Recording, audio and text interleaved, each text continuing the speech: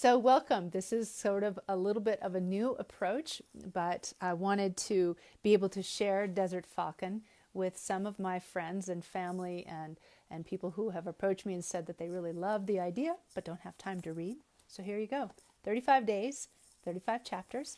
And if you stick with me every day, I'm going to have a little bit of a surprise. Today is just getting started, but this week especially, I have some cool things sort of up my sleeve, which you're going to like. So I hope you'll stick with us and come back. And if you're interested in purchasing this, you can order from Amazon. It's also carried by Valley Books in Jackson, Wyoming. And you'll also see a little store below if you want an autograph copy. But my international friends, you need to message me first because we need to work out some stuff with postage. So welcome. Let's get started. Okay. Desert Falcon. Desert Falcon, a Legend, by Leslie Goodyear and Fergus Bealey. For Sheka. Chapter 1. Wise and wrathful as a grandmother, the desert shifts like the ocean tied to the mark of time itself, and keeps its stories as it pleases. As giant muses, her dunes walk like liquid through generations, whispering in voices heard by those born of her, by those still enough to hear, and by those whom they choose. Literatures of families rooted with her in the very beginning of time are held sacred and silent, protected as myth until she shifts her sleeve in perfect time and perfect reason to impart what may be in danger of being lost forever. Until then, it slumbers in silence with the sun. Under that ancient silence, the dunes begin to speak. The sand and wind begin to whisper, manifesting from their restless horizon a single pale falcon passing through a silver blue sky. They watch proudly under the spell of her freedom as she rises higher, higher.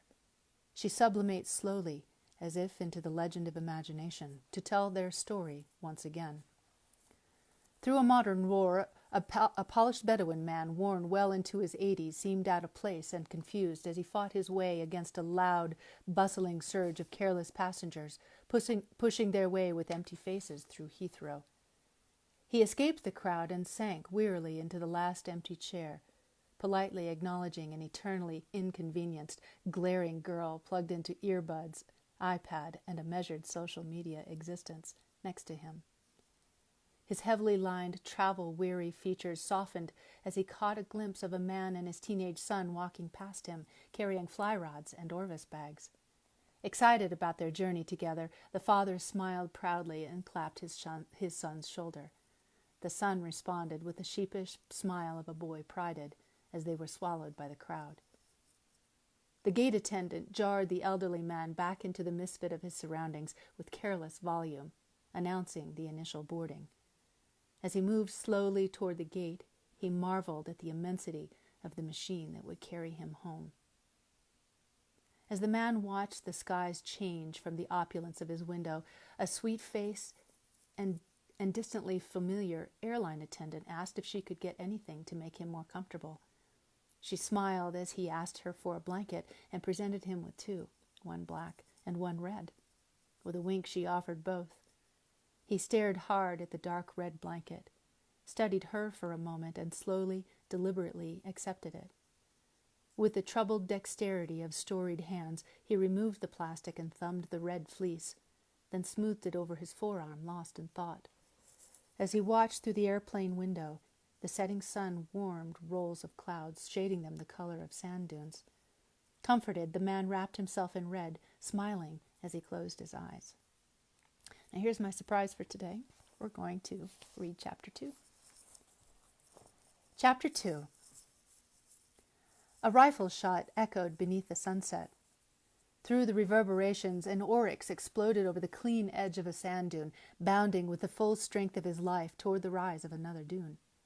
The long spikes of his vertical black horns disappeared easily behind it, just as Rashid appeared, chasing him. Seeing the tallow beast crest lightly over another dune, silenced by desert and distance, his shoulders dropped in defeat. With the force of anger belonging only to a teenager, he yelled, kicked the sand in disgust, and turned around. scanning the still sculptures of grand dunes casting vermilion into the last lavender of sunset. His breath flashed. Caught in alarm, he was alone. He whirled to scan around him, behind him, but the slow rises of sand, identical in his panic, told him nothing. He closed his eyes to focus himself, and with a second calming breath, a tendril of breeze, still warm from the day, curled softly around him. As it grew, it carried whispers growing into the melodic hints of prayer. His father's prayer. He followed it to the crest of his oryx's grand dune and spotted a single tree with a small glint of flame next to it. His sigh began with relief and ended slowly, laced with humiliation. Shuffling with shame, he made his way toward the small light, holding against the grand advance of night. A brass coffee pot settled into coals of a fire beside a small black tent as Rashid walked to it. A jasmine-colored camel swung her elegant head to him and studied him like a big sister, with grand black eyes fringed heavily with lashes. Al-Rabea. He put his hand on her shoulder, stalling perhaps, gathering himself before stepping to the fire. She knew more of his history than he did, having been a constant presence in it. He had no memory of life without her and her habit of refusing to settle until camp was made. Al-Rabea resting was a sign of safety and high comfort. She was home. As she swung her head back to look toward the light, Rashid's shoulders dropped, and he stepped slowly to the fire and the figure seated beside it. His father didn't look up. Wordlessly, he reached into a small pouch, pulled out a date, and handed it to his son. He pulled the brass coffee pot from the embers, poured an elegantly slight stream of black liquid into the fine, tiny porcelain cup that was unusually delicate in its surroundings, passed it to the lad with a poetry of statement, and turned to the fire in thought. "The right thing will come easily to you, Rashid," he said. "But these things that do not are still necessary." He looked at his son with patience and offered his understanding with a gentle gesture to the place next to him by the fire, then handed him another date. They sat for a moment cross-legged on mats in the sand as the stars began their emergence. Rashid's father lifted a small dish of melted butter, softly spoke a prayer of gratitude, and they ate together in silence. As a great night sky wrapped around the fire, warming their place together in that world, they poured coffee from the brass pot, set out a leather board game, and settled in as they had nearly every evening in Rashid's memory. "Perhaps it's not your eyesight failing your aim, but your wisdom. That you must grow to know through discipline and the building of skill," his father said with a friendly silence.